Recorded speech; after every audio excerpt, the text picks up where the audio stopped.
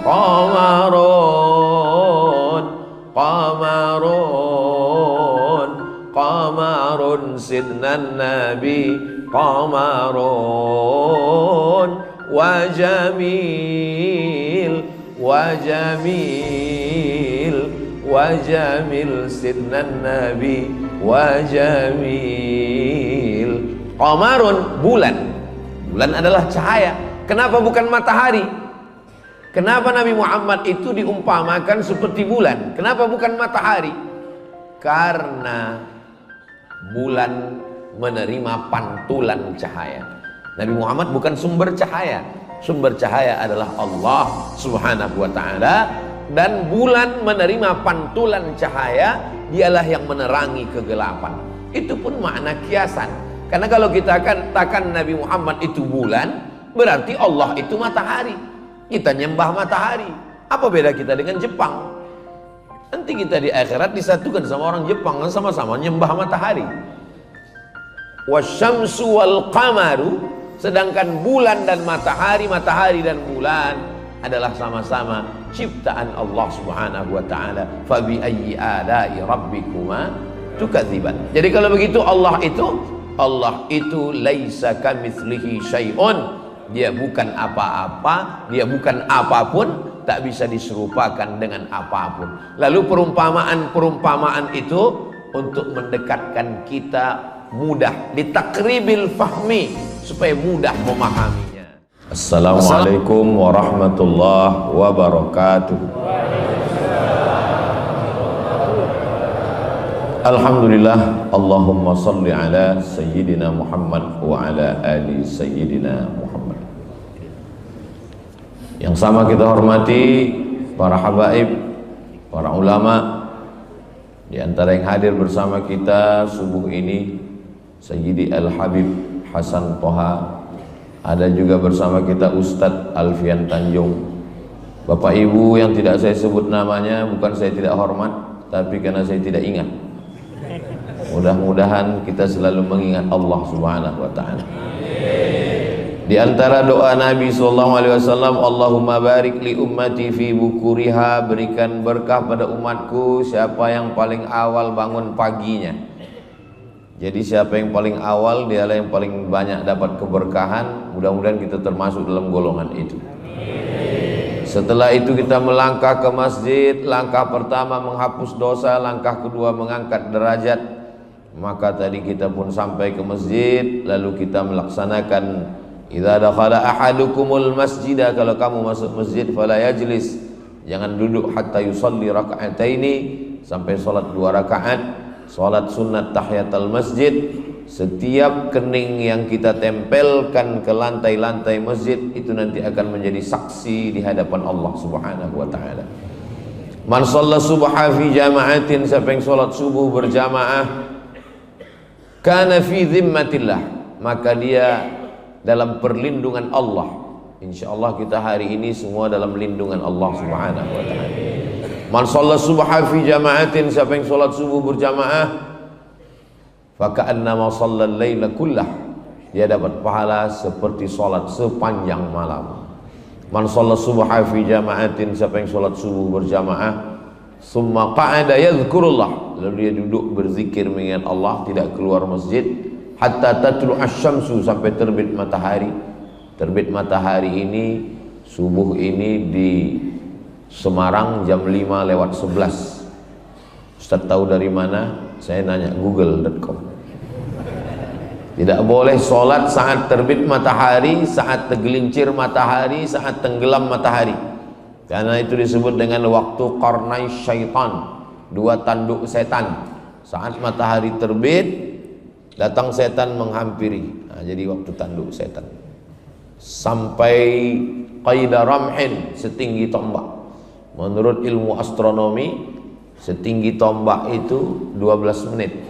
Jadi 5:11 tambah 5:12 tambah 12 menit, lebih kurang 5:25. Kita sudah lewat waktu terlarang, sudah boleh sholat sunat isyraq 2 rakaat. Sholat subuh berjamaah, duduk berzikir mengingat Allah sampai terbit matahari, lewatkan 12 menit, salat sunat isyraq 2 rakaat, fa ka'annama kanat lahu ka ajri hajjatin wa umrah, dapat pahala seperti haji dan umrah. Jadi kita insyaallah subuh ini dapat pahala haji dan umrah. Hadisnya ada dalam Sunan At-Tirmidzi. Status hadisnya hadisun hasan. Tidak ada ikhtilaf antar ulama tentang mengamalkan hadis hasan. Lalu kemudian kita melaksanakannya sendiri-sendiri, tidak berjamaah. Nanti ketika bapak ibu sholat sunat isyraq 2 rakaat, saat semuanya sholat, disitulah saya izin pulang. Mudah-mudahan amal kita ini diridhai Allah Subhanahu wa ta'ala. Allahu nurus samawati wal ard. Allah cahaya langit dan bumi. Mathalu nurihi kamishkatin fiha misbah, seperti dinding yang dilobangi, lalu di lubang itu ada cahaya. Tempat meletakkan lampu zaman dulu sebelum ada lampu gantung, maka dinding ini dilobangi, mishkat namanya, diletakkan cahaya, lampu di sana. Al-misbahu fi zujajah, lampunya itu di dalam kaca. Az-zujajatu ka'annahu kaukabun durriyun, seperti bintang yang bercahaya. Yuqadu min syajaratin, cahayanya itu dari kayu, dan kayunya itu yudhi, cahaya la syarqiyah wala gharbiyah, cahayanya rata, tidak timur tidak ke barat, sampai memenuhi semuanya. Ini semua adalah perumpamaan, karena Tuhan bukan cahaya. Allah itu walam yakul lahu kufuwan ahad, laisa kamitslihi syai'un. Jangan nanti ketika malam berzikir, saya Ustaz Somad dalam zikir saya tadi malam jam 2, tiba-tiba saya lihat di kamar saya cahaya. Di mana cahayanya? Di tubuh istri saya. Itu bukan Tuhan. Istrimu sedang memeriksa handphonemu. Kalau kita sedang berzikir, lalu tiba-tiba kita dalam pejam mata nampak cahaya terang, lalu kata dia itu Tuhan, maka ma khatara bibalik fallahu laisa kadzalik. Apa yang terlintas di pikiranmu, maka Allah tidak seperti itu. Itulah pentingnya kita mengkaji tauhid. Maka disusunlah oleh Imam Abul Hasan Al-Asy'ari yang disebut dengan sifat 20. Sifat 20 itu bukan batasan. Kenapa Allah dikaji dalam sifat 20? Memangnya sifat Allah itu cuma 20? 20 itu bukan sifat batasan. 20 itu adalah sifat yang disusun ulama untuk melakukan fit and proper test terhadap Tuhan. Sekarang ini yang mau jadi Tuhan itu menurut survei ada 4.000. Semuanya mau jadi Tuhan. Bagaimana cara menyeleksinya, mana yang lulus mana tidak? Yaitu sifat 20 itu. Jadi kalau ada orang mengaku melihat Tuhan, Tuhannya itu kata dia cahaya terang benderang dia lihat tadi malam, dan cahaya itu berkata, jangan sholat lagi karena kau sudah kuangkat menjadi wali. Bagaimana untuk menyatakan itu Tuhan atau tidak? Kembali pada sifat 20. Orang yang ngaji sifat 20 dengan satu sifat saja terbantahkan bahwa yang dia lihat itu bukan Tuhan. Dengan sifat apa? Wujud, qidam, baqa, kena pada pasal 4, mukhalafatuhu lil hawadis. Mukhalafatuhu lil hawadis, dia tidak sama dengan makhluk, sedangkan cahaya adalah makhluk. Maka siapapun apapun yang sama dengan makhluk, maka dia bukan Allah Subhanahu wa taala. Itu maka masjid-masjid kalau bisa minimal buat kajiannya 3. Pertama kajian tauhid, kedua kajian fikih, ketiga kajian akhlak. Yang lain-lain itu tambahan. Dalam sepekan tauhid sifat 20, kitab yang paling tipis matan Aqidatul Awam, syarahnya Jala'ul Afham, Syarah Aqidatil Awam yang ditulis oleh Syekh Sayyid Muhammad bin Alawi Al-Hasani Al-Maliki. Ketika beliau mengajar itu, lalu disusun oleh murid beliau Kiai Ihya. Maka kitab itu bagus sekali, dari Jawa Timur, murid Sayyid Muhammad Alawi. Kalau mau di pondok-pondok dulu kami membaca, disusun oleh Imam, kitab namanya Ad-Dasuqi ala Ummil Barahin. Al-Azhar pun mengkaji itu. Ini untuk menafikan orang. Lalu apa makna cahaya di situ? Cahaya adalah kiasan. Kenapa saya hari ini bisa membedakan ini orang, ini tiang, ini lampu, ini atap, ini dinding? Kalau ada orang mengatakan kita bisa melihat karena kita punya mata. Bukan. Kita bisa melihat bukan karena kita punya mata, tapi karena ada cahaya. Siapa yang mengatakan dia bisa melihat karena punya mata, nanti malam jam 12 besok malam, matikan semua lampu ini, datang kemari, buka mata lebar-lebar. Kita tidak bisa melihat apa-apa. Kita bisa melihat bukan karena mata, tapi karena kita dapat cahaya. Karena cahaya itulah yang bisa membedakan mana lampu, mana orang, mana tiang.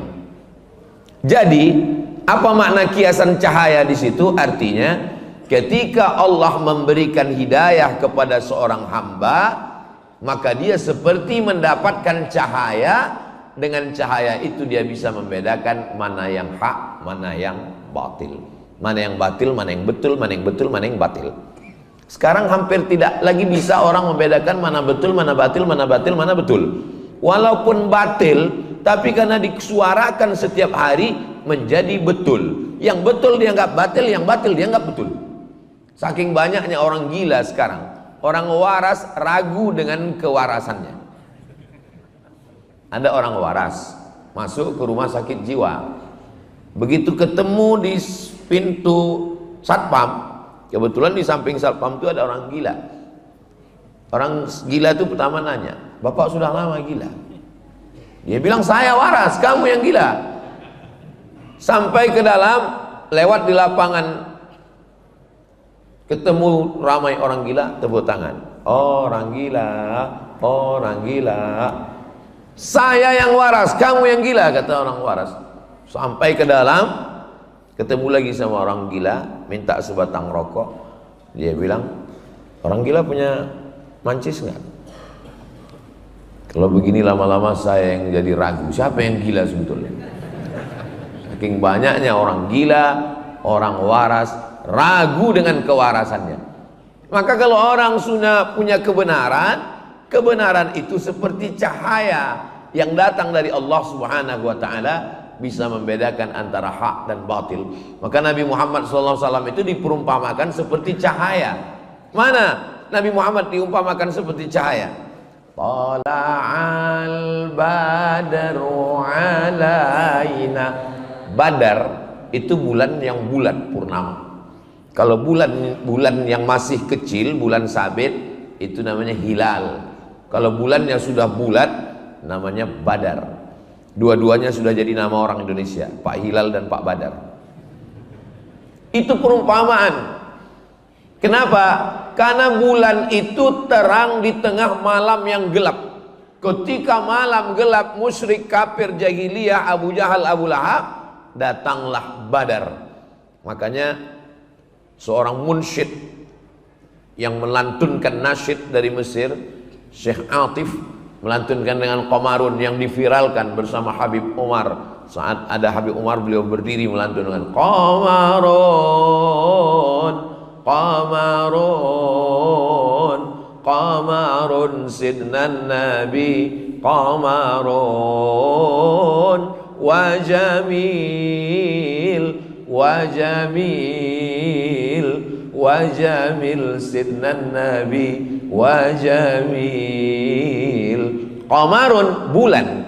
Bulan adalah cahaya. Kenapa bukan matahari?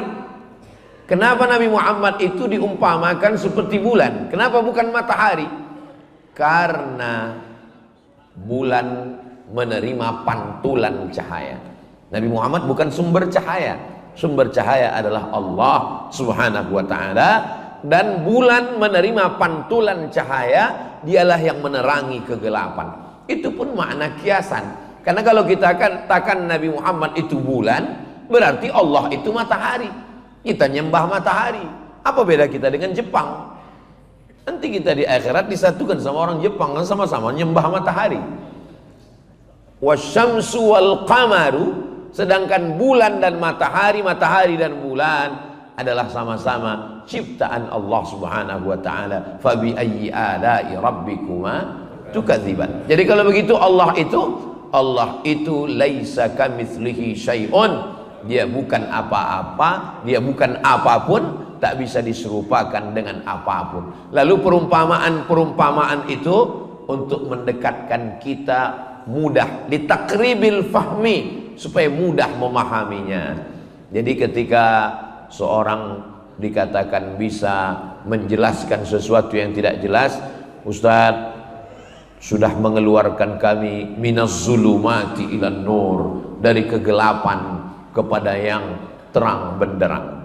Kalau cahayanya karena listrik, dia akan mati, apalagi token habis paket. Kalau cahayanya karena lampu, dia akan kering. Tapi kalau cahaya itu datang dari Allah, Allah itu sifatnya qadim, wujud qidam, tidak berawal. Ada orang mengaku Tuhan, saya Tuhan kata dia, sedangkan dia dilahirkan, berarti dia tidak Tuhan, karena Tuhan itu qadim, tidak berawal. Lalu kemudian dia mati, Sai Baba mati, dia dipertuhankan, berarti dia tidak Tuhan. Kenapa? Baqa berakhir, baqa kekal, tidak berakhir. Wujud, qidam, baqa, mukhalafatuhu lil hawadis, qiyamuhu binafsihi. Nah, jadi mengkaji tauhid adalah untuk mengeliminasi semua yang bukan Tuhan, yang tidak layak, sampai pada puncaknya kita bertauhid la ilaha illallah. Lalu kemudian ketika Imam Al-Ghazali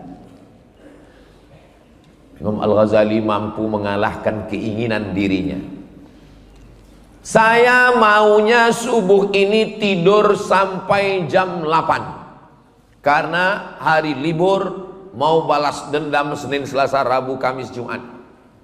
Kapan lagi menikmati hidup? Hidup hanya sekali, tidurlah sepuas hati. Tapi Allah mau saya bangun jam 4 untuk persiapan mandi, sholat sunat wudhu, sholat sunat taubat, sholat sunat tahajud, sholat sunat hajat, sholat sunat witir, nunggu azan subuh. Kalau diperturutkan keinginan saya maunya balas dendam, tidur sampai pagi. Tapi keinginan Allah, saya mesti bangun untuk sholat subuh. Saat itu ada dua keinginan, keinginan Allah dengan keinginan saya. Siapakah yang mesti dikalahkan? Ada orang selalu mengalahkan keinginannya, tapi ada orang, ya kita harus adil Pak Ustadz, sekali-sekali Allah juga mesti mengalah. Ketika saya mengalahkan keinginan saya, yang saya ikut adalah keinginan Allah, bertemunya keinginan saya dengan keinginan Allah, bahasa Arabnya taufik. Makanya selalu diucapkan semoga kita semuanya mendapat taufik. Lalu semua orang mengatakan alhamdulillah, ibu-ibu mengatakan alhamdulillah. Ada satu ibu diam aja, ditanya sama temannya, tadi saat semua bilang semoga dapat taufik, kamu kok diam aja? Saya sudah dapat gitu. Rupanya nama suaminya Pak Taufik. Mohon maaf Pak Taufik, diantar sini. Taufik artinya mampu mengalahkan keinginan sendiri, ikut keinginan Allah dalam segala hal. Saya maunya makan banyak, Allah tidak mau makan banyak. Kamu jangan makan banyak kata Allah. Kulu, makanlah. Washrabu, minumlah. Wala tusrifu, jangan makan banyak. Ketika saya mampu mengalahkan nafsu makan saya dengan ikut keinginan Allah, saat itu sedang mendapatkan taufik. Alhamdulillah, subuh ini sudah mendapatkan taufik. Kenapa? Saya kalahkan keinginan saya, lalu saya ikut keinginan Allah. Nanti pas makan, saya kalahkan keinginan saya saya ikut kemauan Allah. Alhamdulillah, pas menikah, maunya yang matanya biru, rambutnya rambut jagung, tinggi semampai. Tapi kata Allah bukan itu. Wala amatum musyrikatun khairon, budak hitam hamba sahaya lebih baik min musyrikatin, daripada yang cantik tapi dia musyrik, mempersekutukan Allah. Walau a'jabatskum, walaupun dia mengagumkan bagi kamu. Di saat itu saya melawan hawa nafsu saya. Kalau saya turutkan hawa nafsu saya turutkan yang ini. Tapi kalau saya kalahkan, berarti dapat taufik. Sudah 3 kali dapat taufik. Saat bangun tidur dapat taufik, saat makan dapat taufik, saat ingin menikah dapat taufik. Kemudian saat memilih pemimpin, begitu juga. Saya maunya yang ngasih saya sembako, yang ngasih serangan fajar. Tapi menurut Allah itu adalah la'ana Rasulullah SAW ar-rashi wal murtashi. Orang yang menyogok, yang menerima sogok, dilaknat. Laknat artinya ba'idun anir rahmah, jauh dari rahmat Allah. Lalu kemudian la tattakhidul kafirin, dalam ayat lain la tattakhidul yahuda wan nasara awliya, jangan kau angkat orang-orang yang tidak mempertuhankan Allah, mempersekutukan Allah, menjadi orang yang memikul tanggung jawabmu, yang ngurus lampu jalanmu, yang mengurus APBD APBN-mu. Aulia min dunillah. Di saat itu sedang bertarung keinginan saya, apakah saya ikut keinginan Allah atau ingin ikut hawa nafsu saya. Maka dalam segala hal kita mesti menghilangkan ini. Itulah mengapa disebut kita selalu semoga mendapatkan taufik. Kenapa taufik lebih didahulukan daripada hidayah? Billahi taufik wal hidayah. Wassalamualaikum. Belum penutupan.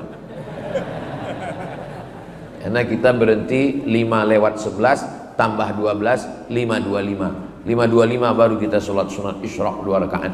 Kenapa taufik lebih didahulukan daripada hidayah? Kenapa tidak billahil hidayah wat taufik? Karena hidayah ada 2. Hidayah yang pertama, hidayah untuk memilih antara kafir dan Islam. Lalu kenapa kita minta hidayah? Ihdinas siratal mustaqim, ihdinas siratal mustaqim. Semoga dapat hidayah. Kita kan sudah Islam. Hidayah pertama kita sudah dapat, insyaallah, hidayah Islam. Amin. Tapi hidayah yang kedua adalah menetap dalam keislaman, kuat dalam keislaman. Itulah hidayah yang kedua. Lalu kenapa yang disebut dalam ini semoga mendapatkan taufik dan hidayah? Setelah kita mendapatkan taufik bangun jam 4, walaupun ada jam 2, jam 3. Setelah mendapatkan taufik makan tidak terlalu banyak, ikut Allah. Setelah mendapatkan taufik menikah dengan orang beriman. Setelah mendapatkan taufik memilih pemimpin yang beriman. Lalu kemudian dia istiqomah dalam itu. Itu yang disebut dengan hidayah. Kalau tidak nanti orang bingung. Kenapa kita subuh minta hidayah? Ihdinas siratal mustaqim, ihdinas siratal mustaqim. Di Masjid At-Taufik ini 3 kali lagi minta hidayah. Allahumma hdina fi man hadait. Hidayah apa? Kita kan sudah Islam. Hidayah menetap dalam kebenaran. Doakan supaya Ustaz Somad yang ceramah ini dapat dua-duanya, taufik dan hidayah. Inilah tulusnya jamaah ini. Padahal yang saya minta kan saya. Kenapa mereka semuanya setuju amin? Karena ketika kita mendoakan saudara kita, Allah kirimkan malaikat. Apa kata Allah? Hai malaikat, mereka yang mendoakan orang lain, ucapkan amin. Lalu malaikat itu mengatakan amin walaka mithluh, kabulkan doa orang ini, engkau dapat yang sama seperti yang engkau doakan. Man qara'a surat al-kahfi, siapa yang membaca surat al-kahfi, pagi Jumat, siang Jumat, sore Jumat, petang Jumat, malam Jumat, sebelum azan maghrib hari Jumat. Adha'a lahu min nur, cahaya lagi. Allah berikan dia cahaya. Ma bainal jumu'ataini, sampai Jumat berikutnya. Cahaya apa yang dimaksud? Apakah mukanya jadi bercahaya? Itu Ultraman. Cahaya apa yang dimaksud ini? Cahaya bisa membedakan antara yang hak dengan yang batil. Makanya siapa yang menghafal surat Al-Kahfi, membaca surat Al-Kahfi, tidak sanggup semua minimal ujung-ujungnya, maka dia selamat diantaranya dari fitnah Al-Masih Ad-Dajjal. Kenapa ada Al-Masih ujungnya Dajjal? Karena ada Al-Masih yang original, ada Al-Masih yang KW. Yang KW itu disebut dengan Al-Masih Ad-Dajjal. Ada orang jual gelas emas, bejana emas, namanya wi'a zahab, wi'a bejana, zahab emas, wi'a zahab bejana emas. Yang satu lagi jual mirip seperti emas, tapi dia kasih tahu, mohon maaf ya Pak Ustadz, ini bukan emas, ini cuman sepuh, disepuh dengan warna emas. Maka orang Arab menyebutnya wi'a mudajjal. Jadi jangan katakan nanti ini ada gelang, ini gelang emas, yang ini gelang dajjal. Bukan, mudajjal di situ artinya tidak asli, tidak original. Jadi jangan nanti ada ustadz, kan ada Ustadz Somad, ada orang yang bilang ini Ustadz Somad dajjal. Mirip Ustadz Somad. Dia mirip seperti Nabi Isa. 3 sifat dia mirip seperti Nabi Isa. Saat dia suruh langit, apa kata dia? Ya sama imtiri, wahai langit turunkan hujan. Betul-betul turun hujan. Dia katakan ke tanah, ya ard umbuti, wahai bumi tumbuh tanaman. Lalu kemudian ada orang mati, dia katakan, ya mayyit qum, wahai mayat berdiri, langsung tegak. Lalu semua orang mengatakan dialah Al-Masih, padahal dia Al-Masih Dajjal. Dia bukan Al-Masih yang asli. Makanya sebelum salam tadi kita minta, Allahumma inni a'udzubika min adzabi jahannam wa min adzabil qabri wa min fitnatil mahya wal mamat wa min syarri fitnatil masihid dajjal. Sekarang Al-Masih Ad-Dajjal itu belum datang. Yang datang-datang itu sekarang baru Al-Masih Ad-Dajjal KW 99. Itu aja banyak yang tertipu orang. Bagaimana kalau yang Al-Masih Ad-Dajjalnya itu betul-betul datang? Nauzubillah. Mudah-mudahan kita terpelihara, terjaga. Kalau bisa sebelum dia datang kita udah mati duluan. Ini banyak orang yang nantang-nantang, mana Dajjal itu mana? Malah ada yang ngejek-ngejek. Ustaz katanya manusia bisa ke bulan, bisa ke planet. Terus nanti kalau semua pindah ke Mars, Dajjal di sini kecewa dong. Ada tuh saya tonton di video. Jadi sekarang orang jadikan agama ini sebagai lucu-lucuan. Sampai masanya nanti dia datang yang benar-benar serius baru dia tahu. Saudaraku yang dimuliakan Allah Subhanahu wa taala, maka cahaya ketika kita bisa mengalahkan hawa nafsu. Di zaman Umar bin Khattab ada seorang laki-laki yang bisa tahu apa yang niat tamunya datang. Tamunya datang, dia kasih tahu, kamu pasti mau melakukan ini. Lalu kemudian datang Umar bin Khattab. Kata dia, Umar bin Khattab, kamu datang pasti mau membunuh saya. Kata Umar bin Khattab, kamu tahu dari mana? Kamu masuk Islam, kata Umar bin Khattab. Kata dia, tunggu 3 hari. Karena memang dalam Islam tunggu 3 hari. Lalu kemudian setelah 3 hari dia datang kepada Umar. Dia katakan, asyhadu an la ilaha illallah wa asyhadu anna muhammadar rasulullah. Riwayat ini diceritakan oleh Syekh Ali Jum'ah. Ketika ditanya kepada dia, kenapa kamu bersyahadat setelah 3 hari? Karena saya selalu melawan hawa nafsu saya. Kalau nafsu saya mengatakan makan, saya enggak makan. Kalau nafsu saya mengatakan pergi, saya tidak pergi. Kalau nafsu saya mengatakan perang, saya tidak perang. Apapun yang dikatakan hawa nafsu saya lawan. Akhirnya saya bisa melihat sesuatu yang tidak dilihat manusia. Ini jawaban kenapa pendeta-pendeta yang tidak makan, tidak minum, tidak menikah, firasatnya tajam. Kenapa? Karena siapapun yang melawan hawa nafsunya, firasatnya akan tajam, bisa melihat sesuatu yang tidak dilihat manusia biasa. Itu terjadi pada Umar bin Khattab. Lalu kemudian ditanya ke dia, kenapa kamu masuk Islam? Karena hawa nafsu saya mengatakan jangan masuk Islam. Lalu saya lawan, asyhadu an la ilaha illallah wa asyhadu anna Muhammadan Rasulullah. Jadi kalau ada di antara kita ini bercita-cita, cita-citanya nggak terlalu tinggi, cuman ingin tahu tamunya mau apa. Udah aja, nggak usah makan, nggak usah minum. Tapi kue yang udah dapat boleh dimakan. Jangan gara-gara ini Ustadz ini kayaknya nyindir, jangan. Tapi kalau mau tahu tamunya mau apa, jangan dulu, tahan dulu. Apapun yang bisikan hawa nafsu jangan. Seandainya Ustadz Abdul Somad dikasih Allah kemampuan untuk tahu hati orang, tahu niat tamu mau apa, Ustadz mau atau enggak? Saya enggak mau. Kenapa?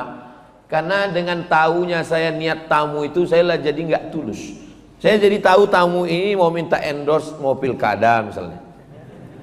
Lebih baik saya enggak tahu niat tamu itu apa, sehingga saya bisa kasih dia minum, saya bisa ngobrol dengan nyantai, lebih baik. Makanya sebagian wali-wali Allah yang melawan hawa nafsunya, lalu disingkapkan Allah rahasia.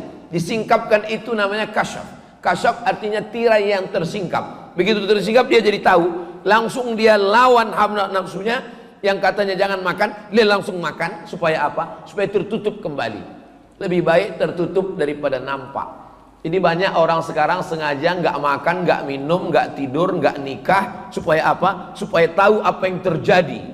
Itu bukan puncak ilmu dalam Islam. Puncak ilmu adalah mendapatkan cahaya sehingga bisa membedakan mana yang hak, mana batil, mana betul, mana batil, mana benar, mana salah. Mudah-mudahan kita mendapatkan kebenaran itu insya Allah. Imam Abu Hamid Al-Ghazali yang menulis kitab Ihya Ulumuddin 4 jilid. Dia jabatan tertingginya rektor, diangkat oleh Sultan Nizamul Mulk di Universitas An-Nizamiyah. Ngomongnya berkarisma. Kalau dia jalan 70.000 orang menyertainya. Dia sampai kepada puncak keilmuan. Yang paling hebat zaman itu adalah filsafat. Dia bantah filsafat. Judul bukunya Tahafud Al-Falasifah. Setelah itu baru datang Imam Ibn Rushd membantah Tahafud At-Tahafud. Waktu itu Imam Al-Ghazali sudah meninggal dunia. Imam Al-Ghazali digelar dengan Hujjatul Islam. Berbantah dengan siapapun dia menang. Sampai akhirnya suatu hari dia melihat ada tongkat yang bengkok di tepi sungai. Ada tongkat kayu, dia lihat bengkok. Ternyata setelah ditarik lurus. Kalau kita ambil kayu, tongkat, kita tusukkan ke tepi sungai, lalu kita lihat, itu kan bengkok. Tapi pas kita tarik lurus. Dia sudah mulai tidak percaya dengan mata. Berarti mata tertipu. Mata yang melihat ini menipu. Apalagi zaman sekarang, dilihat dari jauh putih, rupanya skincare. Mohon maaf ibu, saya kira nggak ada ibu-ibu. Jadi mata ternyata menipu. Telinga juga begitu. Kita dengar lagu, enak sekali. Begitu dihilangkan sound musiknya, dihilangkan, hancur babak belur. Telinga menipu, tertipu. Mata tertipu. Kalau begitu saya tinggalkan semua yang menipu ini. Imam Abu Hamid Al-Ghazali meninggalkan jabatan rektor, meninggalkan popularitas, 70.000 follower dia tinggalkan. Akhirnya dia berkhalwat. Khalwat artinya bersunyi-sunyi dengan Allah Subhanahu wa taala di menara Masjid Jami' Umawi. Sampai sudut itu disebut dengan Zawiyah Al-Ghazali, pojok Imam Al-Ghazali. Lalu berapa lama dia di sana? 11 tahun. Setelah itu dia sampai kepada level yang tertinggi disebut dengan ma'rifah. Ma'rifah artinya puncak ilmu pengetahuan. Lalu orang bertanya kepada dia, kamu sudah sampai kepada ma'rifah Al-Ghazali? Ya. Apa al-ma'rifah itu? Imam Al-Ghazali mengatakan, nurun yaqdhifullahu fi qalbi abdi. Cahaya yang ditembakkan ke hati seorang hamba. Hanya sampai itu saja. Cahaya yang ditembakkan ke dalam hati seorang hamba. Dengan cahaya itu bisa membedakan mana yang hak, mana yang batil. Sekarang yang disebut dengan kebenaran itu apa? Kebenaran itu kalau dilakukan oleh tokoh terkenal, walaupun salah berarti benar. Kebenaran itu apa? Kebenaran itu kalau dilakukan semua orang, semua yang viral benar, walaupun salah. Orang tidak lagi dapat cahaya. Makanya di antara doa tahajud, Allahumma ja'al fi qalbi nura, wa fi sam'i nura, wa fi basari nura, wa an yamini nura, wa an yasari nura, wa min amami nura, wa min khalfi nura, wa min fawqi nura. Bunyi, berarti matahari sudah terbit. Setiap bunyi terbit matahari, setiap bunyi terbit matahari, setiap bunyi terbit matahari. Suatu hari dia nggak bunyi, matahari terbit, baterainya habis. Orang sudah terjebak pada hukum sesuatu terjadi sesuatu. Kalau sudah begini, padahal itu belum tentu benar. Itu hanya kebenaran yang diciptakan oleh manusia. Kalau dia bunyi, berarti terbit matahari. Gimana kalau dia tidak bunyi? Matahari tetap terbit. Jangan terjebak pada hukum yang dibuat oleh manusia. Maka kita minta cahaya dari Allah. Nurun, cahaya yang ditembakkan ke dalam hati seorang hamba, sehingga dengan itu saya bisa mengetahui mana yang benar, mana yang salah. Membaca surat Al-Kahfi supaya ingin dapat cahaya, doa tahajud supaya dapat cahaya, berzikir supaya dapat cahaya. Cahaya yang dimaksud adalah cahaya kebenaran, sehingga kita bisa memilah dan memilih mana rambut, mana hijau, mana asli, mana palsu, mana Al-Masih Isa, mana Al-Masih Dajjal. Mudah-mudahan kita sampai hari ini, sampai anak cucu kita, sampai hari kiamat dapat cahaya itu, insya Allah. Nah, siapa yang sudah dapat cahaya, jaga. Dengan apa menjaganya? Dengan berjamaah. Jangan sendirian. Man syadza syadza finnar. Siapa yang sendirian masuk neraka. Alaikum bil jamaah. Hendaklah kamu berjamaah. Iyyakum wal furqah. Jangan sendirian. Jamaah itu ada pemimpinnya. Idza kuntum thalathatan fi safarin. Kalau kamu 3 orang musafir, falyu'ammirahum ahadahum, maka angkat satu pemimpin. Saya selama 4 hari ini musafir. Jumat, Sabtu, Ahad, Senin pulang. Memang Jawa Tengah jatahnya setahun 4 hari. Sumatera Utara 4 hari. Sumatera Barat 4 hari. Kalimantan 4 hari, Sulawesi 4 hari, Brunei 4 hari, Sabah 4 hari, Sarawak 4 hari. Di luar itu saya tidak datang. Mohon maaf, beribu maaf. Saya mohon maaf kepada sedulur, sederek, sedoyo, penjenenganipun. Kalau saya nggak datang, bukan angkuh, bukan sombong, karena memang sudah bagi 4 hari. Lalu banyak orang yang heran, nanya-nanya, kenapa Ustadz 4 hari ke Jawa Tengah di musim-musim pilkada ini? Saya nggak tahu waktu nyusun itu dulu kalender, karena kita nggak koordinasi dengan KPU. Nah, selama 4 hari ini siapa imamnya? Siapa pemimpin saya? Pemimpin saya adalah Ustadz Yunus. Makanya ketika ketemu dengan Habib tadi malam, Ustadz Somad nanti mau ke Solo, iya, mampir ke pondok ya. Mohon maaf Habib, saya koordinasi dulu dengan imam saya. Kenapa? Karena saya dalam perjalanan ini saya nggak tahu di mana Solo, di mana Karanganyar, di mana Semarang, di mana Kudus. Maka saya berikan kepada yang tahu. Fas'alu ahla dzikri in kuntum la ta'lamun. Tanya pemimpinmu kalau kamu tidak tahu. Maka angkat dia menjadi pemimpin, tunjukkan mana tempat-tempatnya. Setelah itu sami'na wa ata'na. Ju'ilal imamu liyutamma bih. Imam itu diangkat untuk diikuti, bukan untuk dilawan. Maka apapun yang dilakukan imam, ikut. Imamnya ruku, melu wae, wis. Imamnya sujud, ikut saja. Imamnya angkat tangan, ikut angkat tangan. Allahumma hdina fi man hadait, amin. Wa afina fi man afait, amin. Wa tawallana fi man tawallait, amin. Wa barik lana fi ma a'tait, amin. Wa qina bi rahmatika syarra ma qadait, amin. Karena yang paling enak itu ikut imam. Ngapain kita ngelawan imam? Imam ruku, kita ruku. Imam sujud, kita sujud. Imam baca kunut, kita baca kunut. Imam kentut, yang batal imamnya, kita enggak. Apa standarnya? Standar kita ikut imam selama imam itu ikut Allah dan ikut Rasulullah Sallallahu Alaihi Wasallam. Imam yang kentut wajib diganti dengan imam yang baru. Mohon maaf imam, jangan tersinggung. Yang saya maksud imam ini bukan imam yang lain. Saudaraku yang dimuliakan Allah Subhanahu wa taala, maka datang seorang laki-laki bertanya, "Saya ini mazhabnya Syafi'i. Ya, mazhab Imam Syafi'i mazhab salaf, karena Imam Syafi'i meninggal 204 dan dia satu dari imam mazhab yang 4. Nomor 2 imam pertama Hanafi, nomor 2 Maliki, nomor 3 Syafi'i.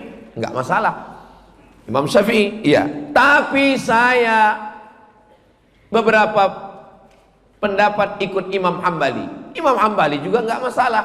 Imam Hambali imam yang keempat, muridnya Imam Syafi'i. Tapi Imam Hambali dengan Imam Syafi'i beberapa perbedaan.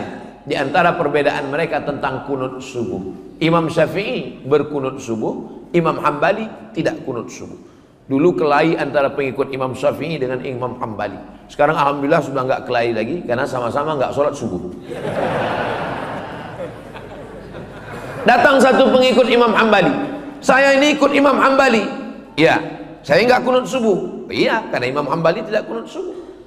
Bagaimana kalau saya pulang kampung, ternyata di masjid itu yang jadi imamnya adalah mazhab Syafi'i. Kata Imam Hambali, kalau dia baca doa kunut, angkat tanganmu dan ucapkan amin. Paling enak ngikut imam. Sekarang banyak makmum nggak ikut imam. Imam mengangkat tangan, Allahumma hdina fi man hadait. Imam Hambali sendiri mengikut Imam Syafi'i. Apakah hanya karena berbeda mazhab lalu kelahi? Coba baca dalam manaqib Imam Hambali, Imam Ahmad bin Hanbal, meninggal tahun 241, makamnya di Baghdad.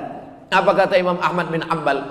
Da'autu lisyafi'i fi salati arba'ina sanah. Saya mendoakan Imam Syafi'i dalam solat saya 40 tahun. Dalam solat, bukan di luar solat, bukan setelah solat. Dalam solat saya doakan Imam Syafi'i. Bunyi doanya, Rabbil firli wali walidayya wali Muhammad bin Idris asy-Syafi'i. Padahal mereka berbeda. Saya tidak minta Bapak Ibu doakan saya 40 tahun, tidak 4 tahun, tidak 4 bulan, tidak 4 hari, tidak 4 kali, sekali pun jadilah. Rabbil firli wali walidayya wali Abdus Somad. Ampunkan aku, ampunkan kedua orang tuaku, ampunkan Ustadz Abdul Somad. Sekali bisa alhamdulillah, sekali nggak bisa. Ini Semarang ini dekat laut kan? Saudaraku yang dimuliakan Allah Subhanahu wa taala, maka berbeda mazhab, selama ada dalilnya ikutilah. Ulama besar Saudi Arabia namanya Syekh Ibnu Utsaimin. Lalu ditanya sama jamaahnya, Syekh Ibnu Utsaimin, ya, apa hukumnya membacakan Yasin pada orang yang sakratul maut? Yasin wal Qur'anil Hakim, innaka laminal mursalin ala siratim mustaqim.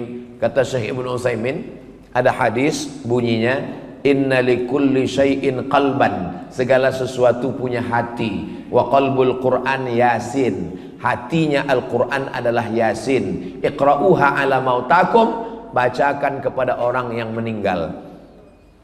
Ulama yang mengatakan hadis ini sahih, maka dia bacakan, maka perbuatannya itu sunnah, karena menurut dia ini hadisnya sahih. Orang yang tidak mengakui hadis ini, dia mengatakan perbuatan itu bid'ah. Artinya apa? Satu perbuatan bisa sunnah menurut sebagian orang, bisa bid'ah menurut sebagian orang. Tidak sepakat orang. Jadi kalau saya ditanya, menurut Ustaz Somad, membacakan surat Yasin untuk orang meninggal itu apa? Menurut saya sunnah, karena saya mengikut ulama yang mensahihkan hadis itu. Tapi menurut teman saya itu bid'ah. Iya bid'ah menurut dia, dia tidak bisa bid'ahkan saya. Karena kalau dia katakan Abdul Somad kau pelaku bid'ah, bid'ah berarti dolalah, dolalah berarti finnar. Itu sama artinya dia mengatakan kau Abdul Somad masuk neraka, nerakaku bukan nerakamu. Bagi engkau aku bid'ah, tapi tidak. Ada hal-hal yang kita sepakat. Kalau kita tidak sepakat dengan sesuatu, maka itu disebut dengan khilafiyah. Ini perbedaan mazhab. Tapi sholat subuhnya wajib. Masalah kunutnya khilafiyah. Masalah usollinya khilafiyah. Masalah zikir setelah sholat, menurut mazhab Hambali jahar. Subhanallah, subhanallah, subhanallah. Menurut mazhab Syafi'i jahar untuk ngajar makmum. Kalau makmumnya sudah paham, sir. Ustaz Somad kalau jadi imam zikirnya jahar apa sir? Saya jahar. Kenapa jahar? Karena makmum saya 3. Yang pertama mu'allaf yang baru masuk Islam, dia nggak tahu bacaannya. Yang kedua anak kecil yang datang, anak kecil. Setelah pulang nanti dia ditanya sama ibunya, tadi zikirnya apa nak? Nah dia nggak dengar. Kalau dia dengar pasti dia jawab subhanallah, subhanallah, subhanallah. Anak, masya Allah. Yang ketiga, dia bukan anak kecil, dia juga bukan mu'alaf, tapi subuh inilah subuh pertama kali dia sholat. Dan dia nggak tahu bacaannya. Maka saya jaharkan itu untuk mengajar makmum. Makmum kan udah tahu Pak Ustadz. Sebelum angkat takbiratul ihram, apa kata imam? Sawus sufuf, luruskan saf. Apakah ada orang Islam yang nggak tahu? Semua orang Islam sudah tahu. Saya belum pernah sholat lalu imamnya ngomong, mohon maaf jamaah, saya nggak perlu meluruskan saf. Kan udah tahu semua kan? Kenapa diulang-ulang terus? Sawus sufuf, karena itu sunnah. Fa inna taswiyatas sufuf min tamamis shalah. Selesai itu tadi imam berdoa, saya ikut aminkan. Kalau banyak orang tidak mau lagi mengaminkan doa imam. Pas ditanya, kamu kok nggak ngaminkan? Alah, doa yang lamanya belum makbul Pak Ustaz. Kamu kenapa nggak ikut baca doa sama imam? Kami beda visi misi Pak Ustaz. Imamnya minta hujan, saya jual es krim. Yang kita mintakan itu bukan hujannya, rahmatnya. Rahmat yang diturunkan Allah Subhanahu wa taala. Kenapa Ustaz ikut amin dengan imam tadi? Sebab kata Nabi, ad-da'i wal mu'amminu fil ajri sawa. Yang berdoa dengan yang mengaminkan pahalanya podo, sami mawon. Maka imam membaca doa, saya ikut aminkan. Apa susahnya bilang amin? Amin. Oh, saya lupa. Tadi yang baca doa saya. Diminta imam. Gak mungkin saya tolak. Gak mungkin ketika saya disuruh baca imam tadi berani nyuruh-nyuruh saya. Enggak, saya taat sama imam. Imam bilang baca, siap imam. Saya baca doa. Lalu kemudian setelah itu kenapa kita zikir Asmaul Husna? Itu pun sunnah. Walillahil asmaul husna. Allah punya nama yang baik-baik. Fad'uhu biha. Ya Rahman, Ya Rahim, Ya Malik, Ya Quddus, Ya Salam, Ya Mu'min, Ya Muhaimin, Ya Aziz, Ya Jabbar, Ya Mutakabbir, Ya Khariq, Ya Bari, Ya Musawwir, Ya Ghaffar. Itulah enaknya kalau Asmaul Husna rame-rame. Yang nggak hafal nggak ketahuan.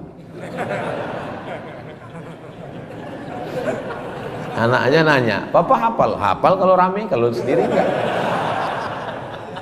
Kenapa zikir itu mesti rame-rame, mesti bersuara keras? Karena malaikat dikirim Allah. Inna lillahi malaikatan. Ada malaikat-malaikat yatufuna 'alal ard. Malaikat itu berkeliling di atas muka bumi mencari majelis zikir. Begitu mereka menemukan majelis zikir, malaikat itu memanggil teman-temannya, halummu, halummu, mari kemari, ila hajatikum, inilah yang kalian cari. Dan mereka ikut berzikir dengan orang yang berzikir. Itulah makna hadis, idza dzakarani fi nafsihi dzakartuhu fi nafsi. Kalau hambaku itu berzikir sendirian, aku menyebutnya dalam diriku sendirian.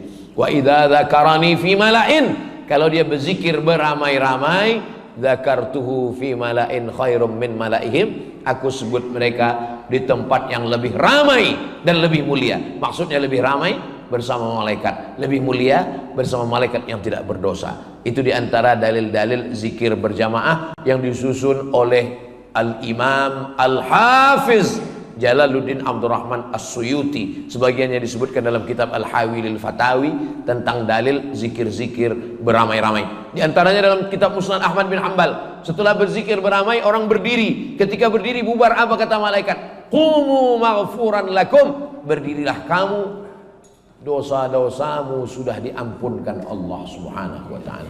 Maka nanti ketika kita berdiri, semua dosa-dosa kita sudah lepas semuanya. Tapi ingat, makanya kalau dengar ceramah itu jangan sambil ngantuk, dengar baik-baik. Yang lepas itu dosa, bukan hutang. Jangan pulang dari sini ditagih kapan? Kata Ustaz Somad tadi saya sudah lepas hutang.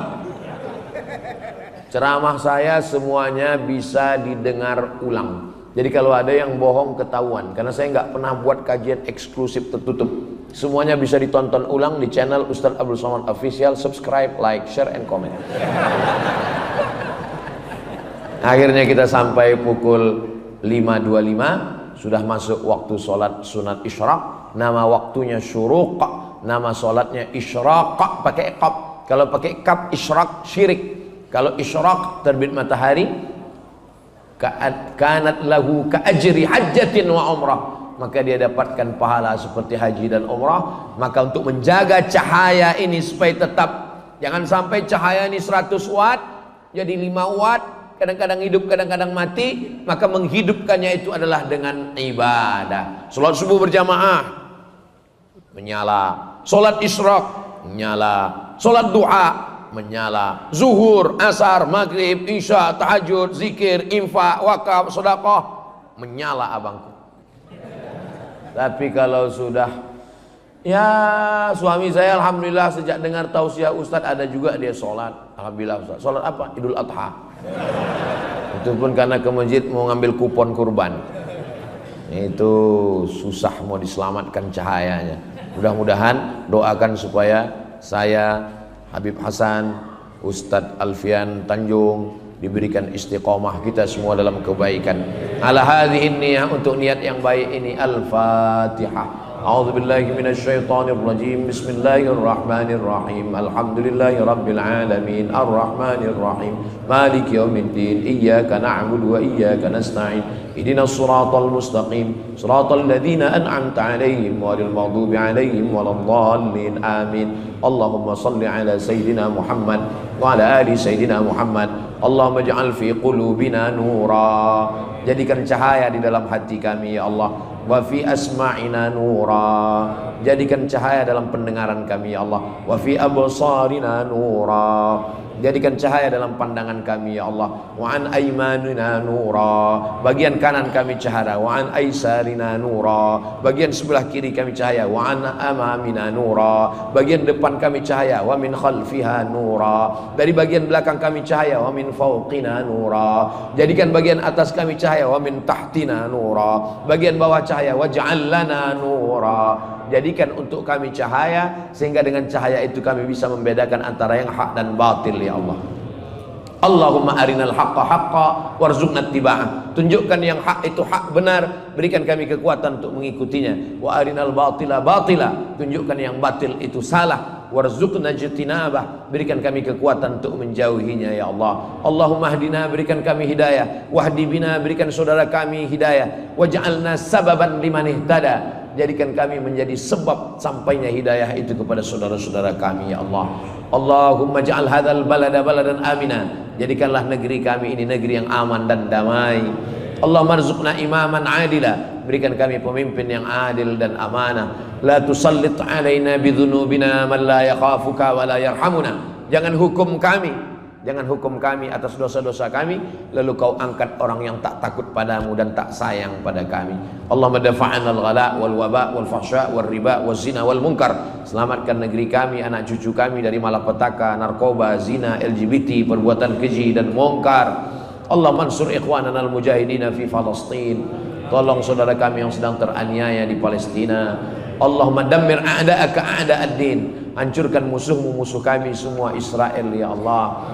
Allahumma syattid syamlahum wa farriq jam'ahum. Hancurkan persatuan mereka, cerai-beraikan persatuan barisan mereka. Waj'al kaidahum fi nuhurihim. Jadikan tipu muslihat mereka menuju kematian mereka ya Allah. Rabbana ighfir lana dzunubana, ampunkan dosa kami, wali abaina, ayah kami, wali ummahatina, ibu kami, wali azwajina, pasangan hidup kami, wali dzurriyyatina, anak keturunan kami, wali habaibina, para habaib kami, wali masyayikhina, guru-guru kami, wali man hadarana, semua yang hadir dalam majlis kajian subuh ini ya Allah. Rabbana atina fid dunya hasanah wa fil akhirati hasanah wa qina adzaban nar. Wa sallallahu ala sayyidina Muhammad wa ala alihi wa sahbihi wasallam. Walhamdulillahi rabbil alamin. Taqabbalallahu minkum minna wa minkum taqabbal ya karim. Salat sunat isyraq 2 rakaat.